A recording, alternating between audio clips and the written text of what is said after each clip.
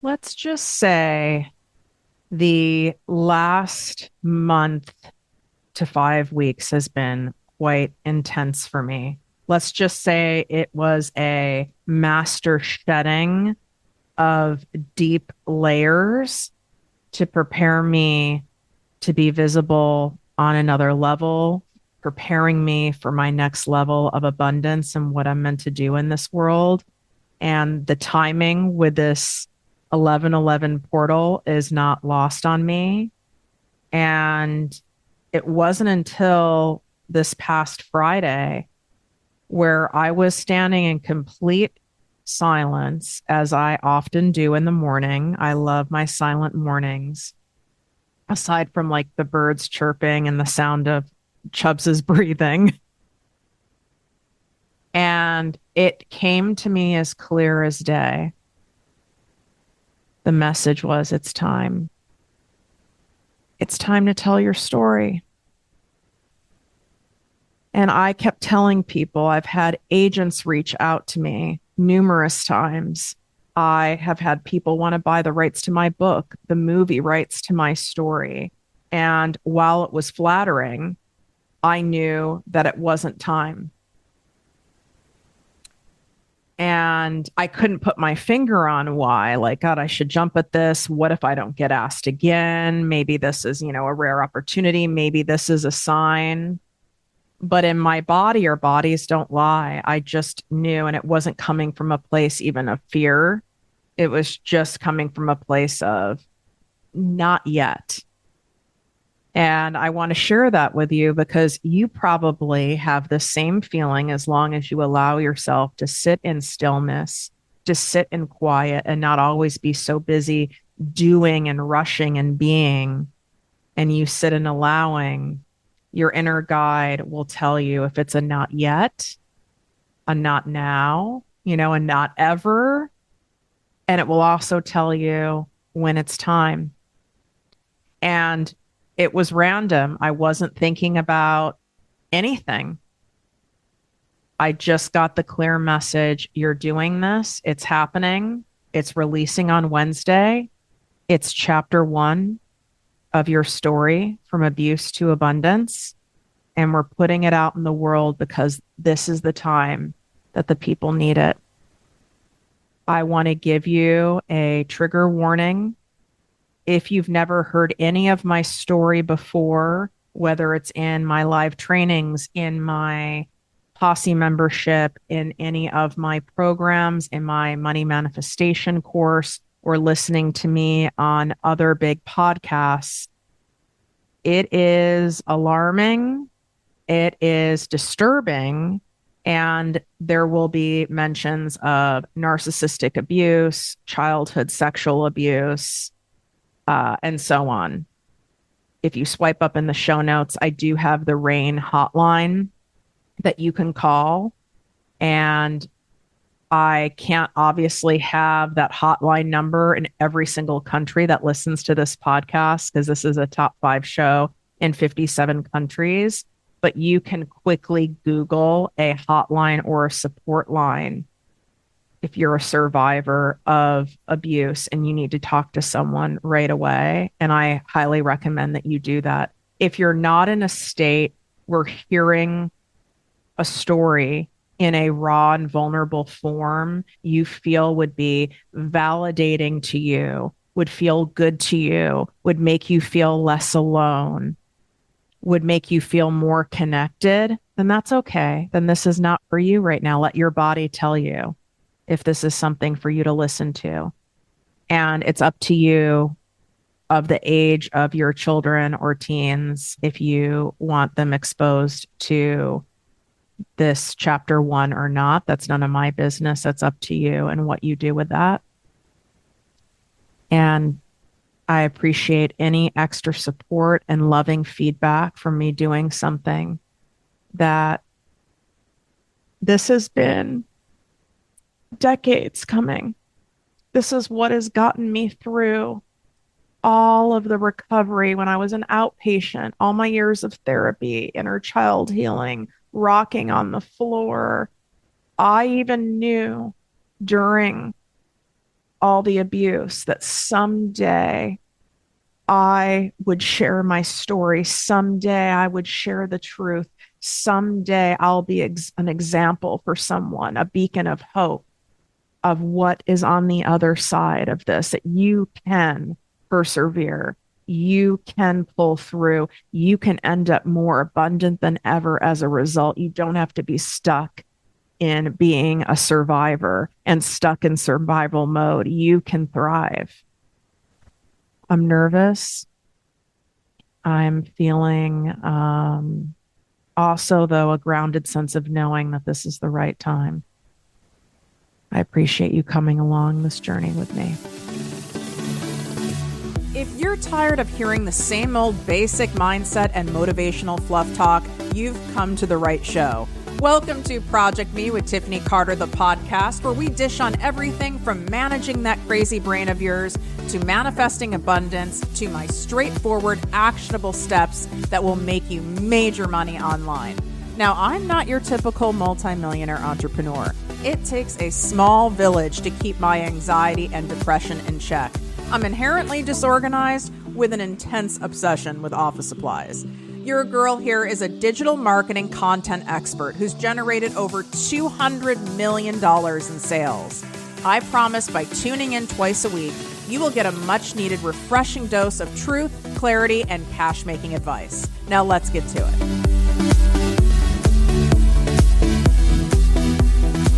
You've looked at these kind of houses many times. The perfectly trimmed hedges, the grand entryway, the beautiful trees, even a wraparound porch, and it looks straight out of a magazine. It's the kind of home that makes people slow down as they drive by and imagine and fantasize of what it would be like to have that much wealth and what it would be like to have a house like that. It's like the American dream wrapped in a pristine mortgage payment. But what if I told you that dream homes can be nightmares in disguise?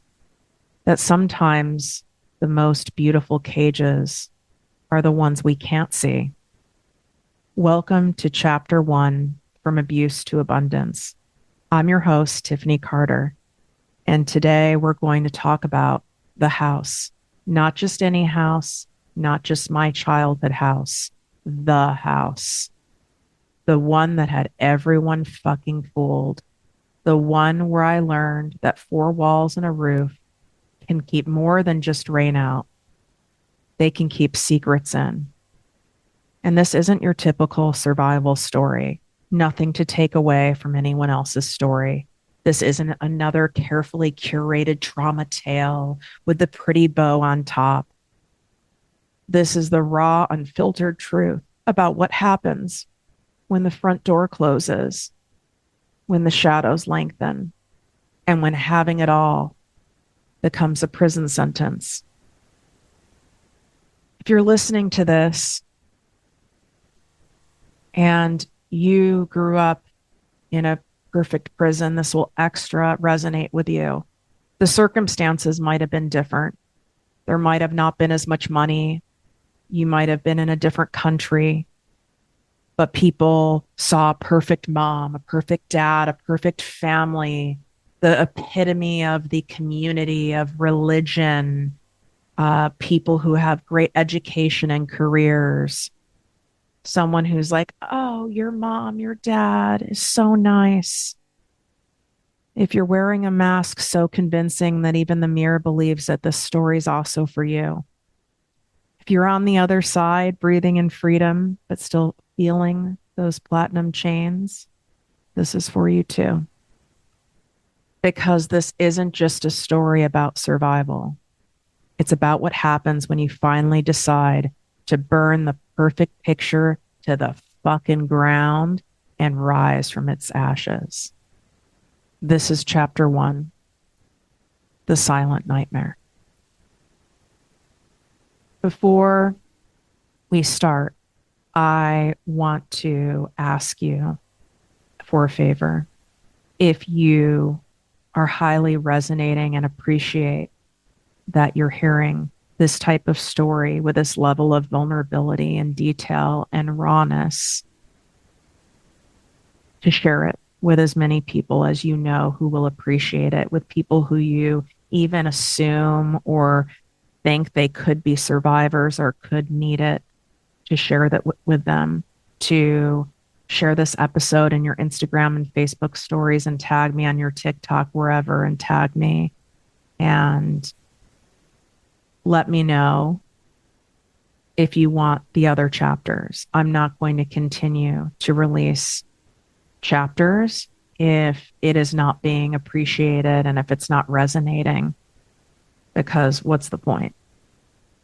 If at any time you feel too activated or you start dissociating while listening to this episode or any of the other chapters, all you have to do is pause and take a break. You can come back and listen at a later time. You never have to listen again. I just want you to listen to your body. I'm well aware that my story is not one that is easy to digest, which is why I have been praying and manifesting and brainstorming how I could best share my story in a responsible way, in a way that it is received, in a way that it is absorbed, and in a way that best serves the greater good, which is why I'm breaking it down into chapters, because hearing this story all at once in bite-sized, compelling bullet points is far too much, even for the most healed trauma survivors.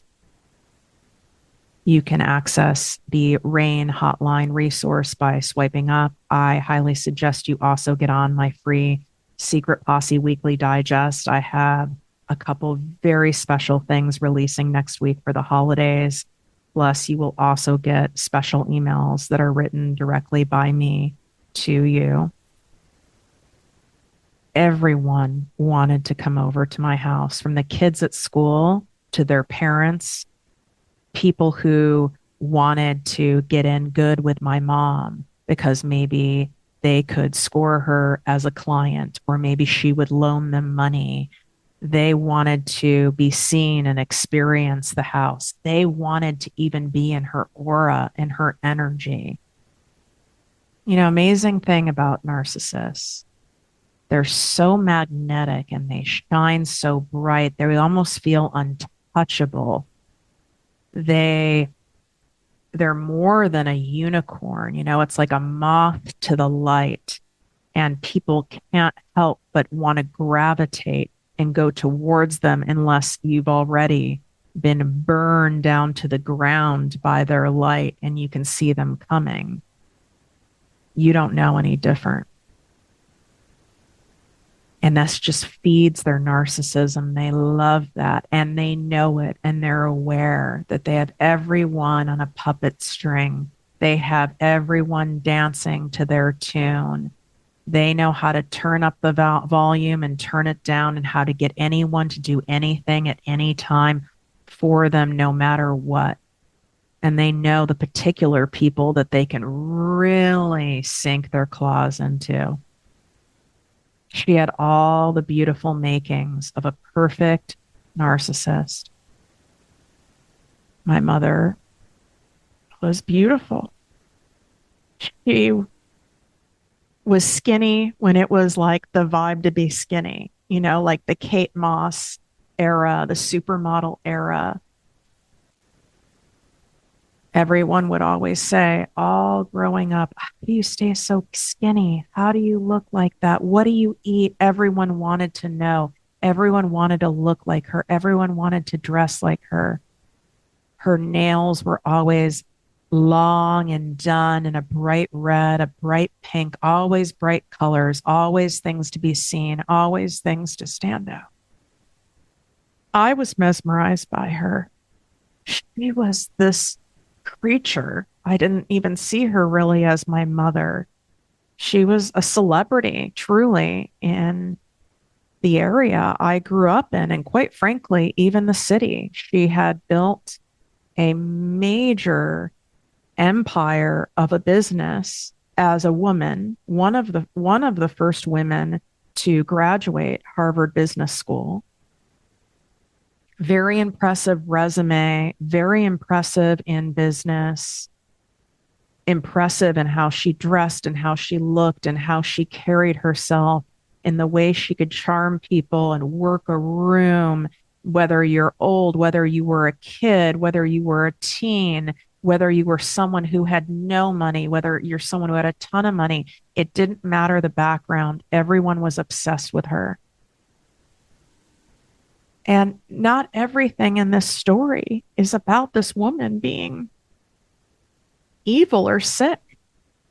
There was a lot of wonderful things that I learned from her and wonderful things she actually did for people, which is what makes a narcissist so confusing to so many of us who have been abused by them. Is there's a lot of good things too, and like good stuff that they do. You know, they donate so much money to the church, they start charities, there's buildings with their name on it. My mom truly was the definition, before it was a thing, of an equal opportunity employer. In fact, she lifted other women up. She taught me that. He had a wig business, which was highly unusual for a white woman to have that. So we were surrounded by a lot of people in the Black community, and they loved my mom, and my mom loved them, and gave many people incredible opportunities that they might not have had, because especially at that time, it was all about like you couldn't get like a higher paying job or a job with like a manager title in it unless you had a degree or a certain pedigree or you knew someone to know someone. But my mom loved hiring the underdog. And I know it's because it also fueled her narcissism, right? Like of being, in a sense, like a savior of, she knew she did that. But there was still so much good that came out of it. I watched it.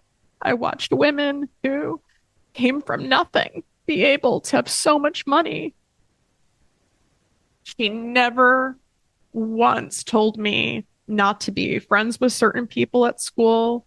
Whoever I brought home, she was thrilled with me bringing them home. So it became so confusing because there were so many beautiful things, but once you understand, I don't know what we want to call it, the disease, the condition of someone who is a very, very sick, sadistic narcissist, you can start connecting the dots back and see how this, even though there was good that was done, but how it also fueled their ego, you know, of look at all the people I've saved from poverty, and look at all the people that I lift up, and look at all the women. But she also did do that. And she would get featured in the press for doing it. She had every single group of people just absolutely fascinated by her. I was fascinated by her. I couldn't even compare to her. You just wanted to be in her presence. And when she shined the light on you, it felt it felt like it felt like liquid codeine. For those of you who've ever taken cough syrup that has an opiate in it, it feels like that. Basically a form of like a heroin. And you wanted more of it, and it made you addicted to it, and you would do anything to get it back again once you've had enough of a taste of it. And hence my disease began, right? Hence my disease of codependency began probably from a toddler, probably even from the womb. And when we're really starting way back, and I'm not even sure truly where to start all of this, I'm just going to start where I think I'm meant to.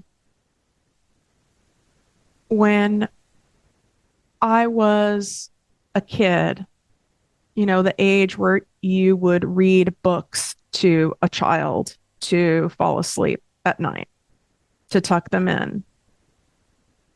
I don't know what age that is. 4, 5. I have no idea. And there were times that she did that. But then she would also do this. She would read to me, and it never seemed long enough. And she would tell me that she had to go to the bathroom or she had to go get up water. She had to get something, and she'd be right back. And she never fucking came back. And I would be so confused, and I would get up worried, like maybe she fell, maybe she forgot, maybe something happened. And I would walk down the hall to her bedroom, and I would very quietly turn the knob on the door because I somehow knew I had to be quiet about it. And the door would catch because it was locked. And I somehow knew, even at 4 years old, 5 years old, not to knock and not to disturb, that would be a very bad idea. And that's one of my first repetitive memories. And then I would have to walk back to my room in the dark, which was scary. And I would have to self-soothe myself to get myself back to sleep. And I didn't know what was happening with my mom behind the door and why she never came back. And this would happen over and over again. And I would buy into it over and over again. I never was like, oh, she's going to leave and not come back. I would sink into feeling safe and that I was getting put to bed. And it would happen again. And then there was just one day, I don't know what age I was, maybe 6, where something in my body shut off. My heart shut off. And I knew not to enjoy being read to, and not to, it wasn't safe for me to relax and sink into that, because I knew she was going to leave and not come back. And it was so painful. It was easier for me to disconnect. And that's probably when I started dissociating from my body and being disconnected from my body, because who would want to feel that pain over and over again? That's torture. So this is where the self-protection began. And then she energetically, in my assessment of it, she no longer got the zing from her only child seeming excited and delighted to be put to bed and be read to, because I had cut myself off. So then that stopped altogether, and there was none of that. And I would talk to all of my stuffed animals. I would talk to the ceiling. I knew there was something and someone up there. There was no God really mentioned in the house, but I knew that there was something up there, and I would talk to that. And I also knew if I had a scary dream, if I couldn't sleep, that I also couldn't go in that room either. And this is when I learned this extreme self-reliance, that I have to rely on myself when I'm scared, when I feel alone, when I have a need, when I'm wanting support, when I'm wanting love, because I was taught that it's not there, that you can't trust it. Like most abuse survivors and survivors of children who grew up in alcoholic, addict, or dysfunctional households, there's lots of spotty memories and timeline skip and jump from being in that dissociated self-protective state. And so there were intermittent memories in there of she would be amazing and intoxicating, and she always cooked like dinner.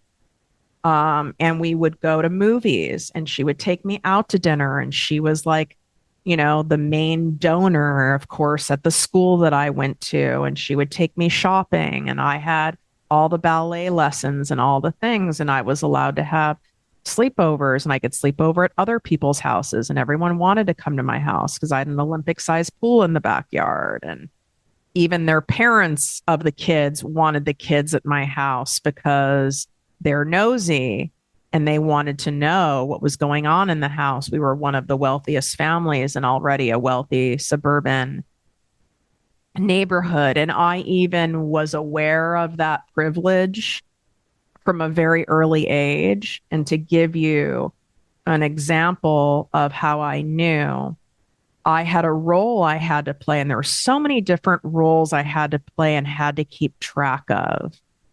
Really amazing that I was able to do that. Shows the adaptability and perseverance of a child wanting to have the acceptance and love of a parent and to protect myself from abuse and the punishment that would come if I didn't play the part, because that was not a fucking option. When someone was coming over, whether it was for a client dinner party because her company was also run out of the home was that big. We're literally, I'm talking at least 20 employees worked there, not to mention people coming and going constantly all day long. There were 10 phone lines in the house, okay, like a full operation happening. And when there were client dinner parties, company party, there were lots of parties, narcissist attention, right? Like lots of things. Plus, she is an extreme extrovert where truly an addiction, really, to needing external validation, like on an extreme level. And it was constant and it was a hole that could never be fucking filled. And certainly I wasn't enough to fill any of it. And one of my roles was as the greeter. Shall I call myself butler, Tiffany? And this started early. I mean, I had to have been doing this at least starting at age 6 or 7. And we had the grand, giant double doors in the long pathway with the courtyard to come into the house. And as people rang the doorbell, I knew I had to wait for them to ring the doorbell. And we had these really cool Spanish doors as a Spanish style house. Many of you have heard me talk about on this podcast and in my posse membership that, like, I have a really large international audience here on the show. And I always get comments like, you're Spanish, right? You're Greek, right? You're Brazilian, right? You're Argentinian, right? And it's like, I don't know what I am. My grandfather was brown and it was undeniable and no one talked about it. And I was raised in a lot of ways very European in terms of how like Europeans just raise their kids. And I'm saying that in a positive way. Like that was one of the positive things in my childhood. And I was raised with a lot of diversity. And even in the home I grew up in was a home you could have put in the hills of Spain, in the rich area of Argentina, in Mexico City, very easily. The decor was at that level. So it was very cool and made it even more of a wow factor for like the people of the Midwest in the US, because they've never seen a home if they've not done traveling, like done this extravagantly and eloquently, like you're looking at Architectural Digest. So there are these really cool little doors within the big doors that had these glass windows with a latch, and you could open and you can see who's coming and you could talk to someone through it. But I knew part of my role was that I had to wait until they rang the doorbell and not to open the door immediately. People wait for excellence, I was told. And so I'd have to wait. And a lot of times I'd go 1,000, 2, 1,000, 3, 1,000. And then I would open the door with a big smile in whatever pretty, perfect little outfit with patent leather shoes that I was put in. Didn't matter if I liked it or not, if it was comfortable or not. Like, this is what I was wearing. This was not an option.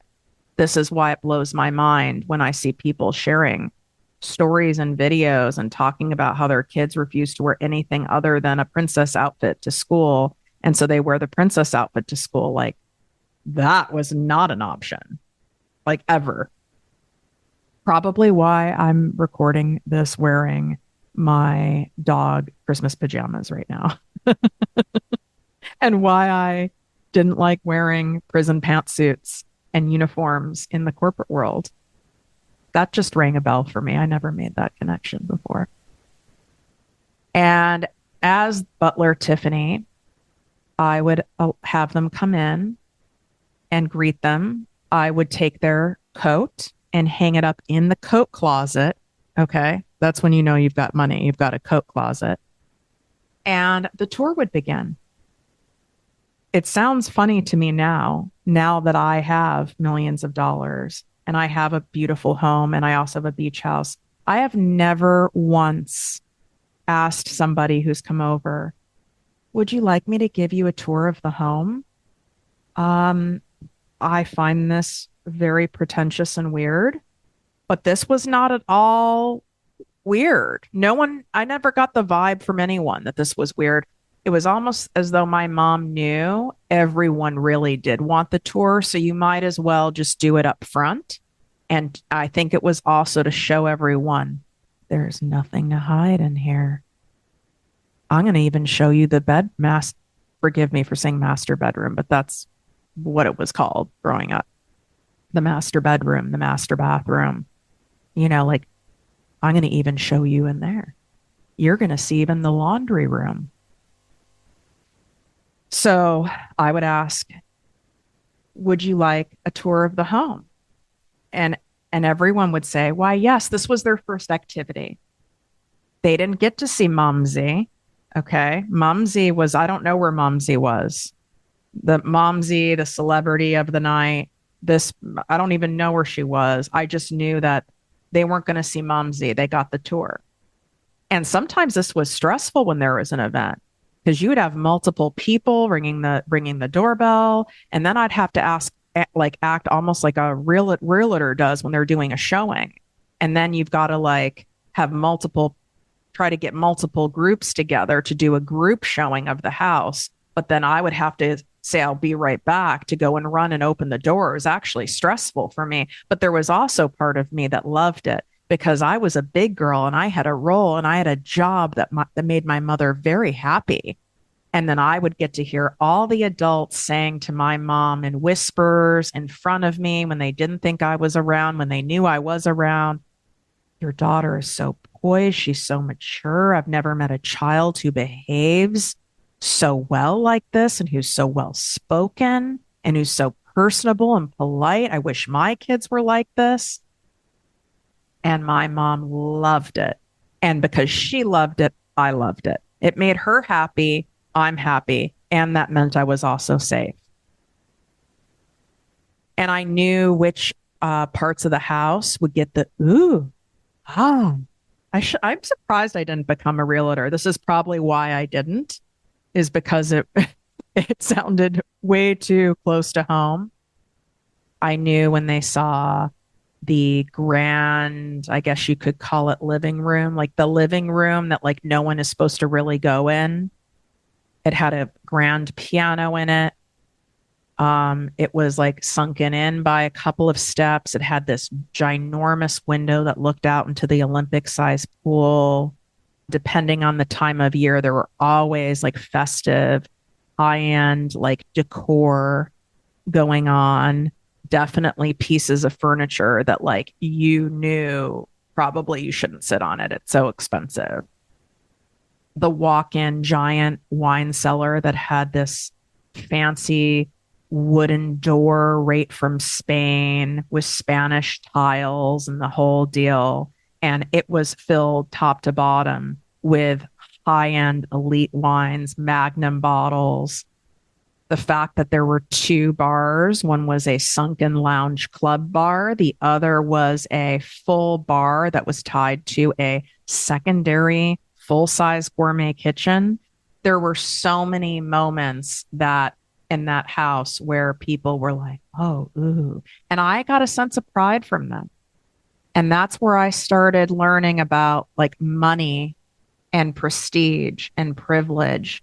And when you have these sort of things, how people behave differently towards you, how people behave differently around you, how highly desirable those things are, and how it's a commodity.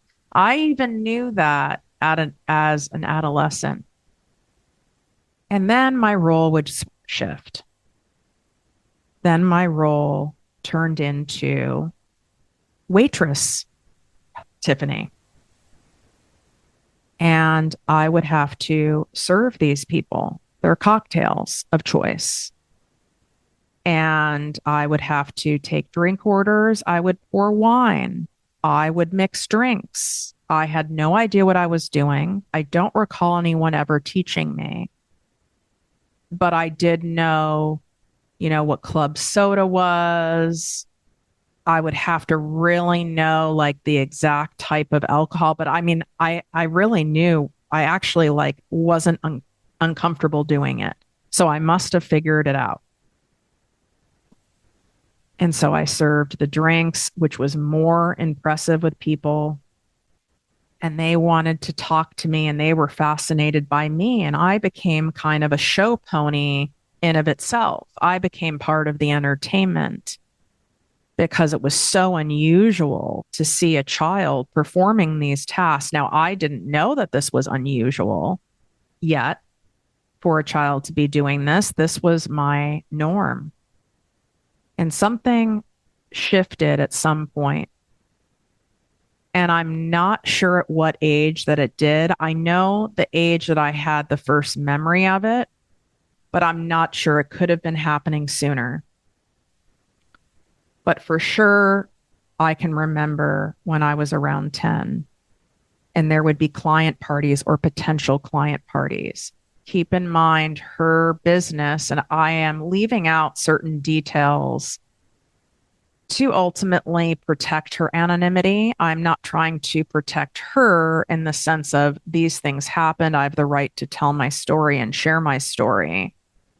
But I know some people are crazy, and I don't think it's right for me to give away enough details where someone could like go find her. Okay, since she's still alive. And she had a lot of clients in the liquor business, in the events business, and clients like Walgreens, for example, clients like Seagram's. I'm talking big whale consumer packaged goods clients and potential clients. So there would be all of these parties hosted there. And that was how business was done. And I remember when I would bring the scotch, when I would bring the brandy to these men, because especially at that time, I mean, it still is now, but especially at that time, these were all men. And what was interesting is I don't recall that many of these men bringing their spouses to these parties. I really don't. I'm not saying some didn't, but I definitely don't. And I would like to think I would remember.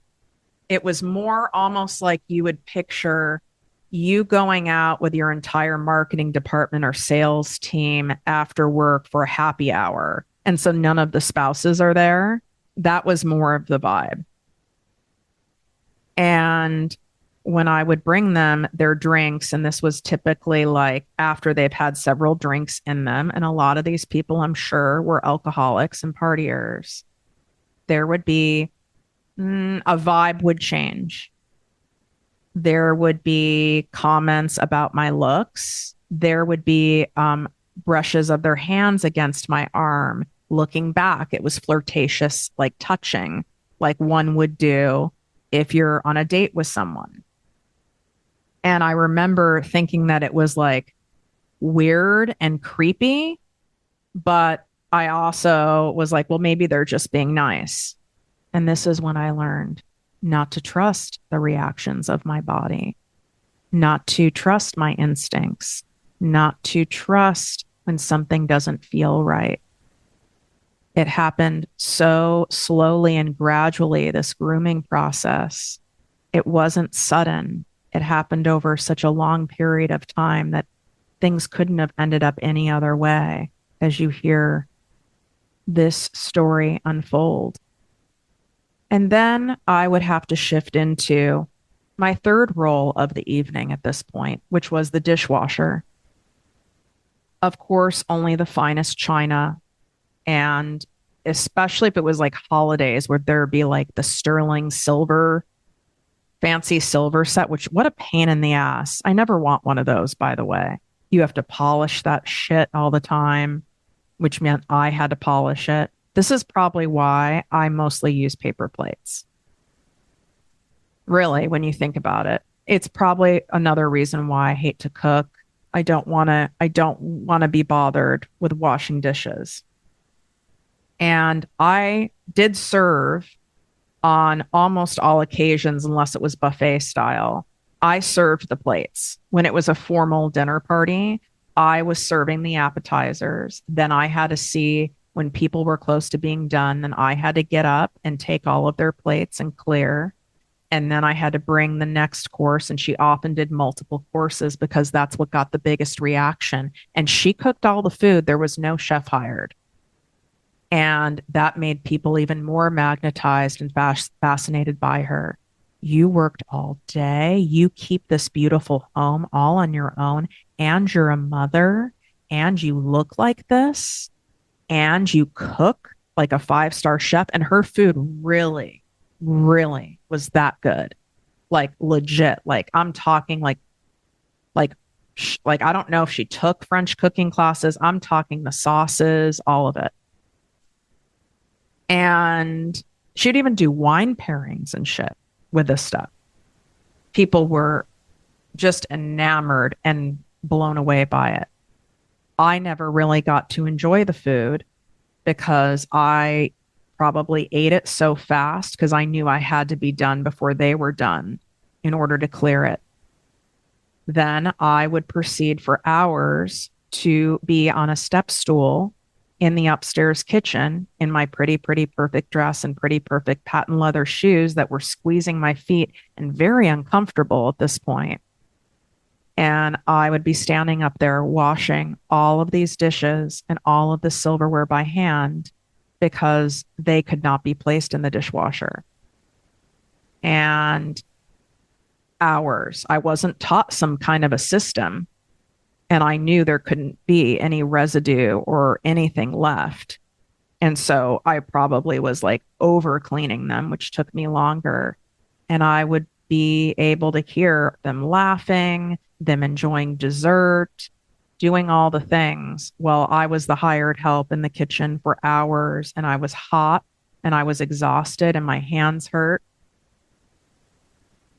And then I had to be pleasant when people left. I didn't have to stop cleaning the dishes, but I had to have a smile on my face. So every once in a while I was washing dishes, she would beckon me into the dining room or beckon me into wherever they were, the lounge area. And I would have to come in looking so happy and smiling, like this is the best night of my life, and see what was needed.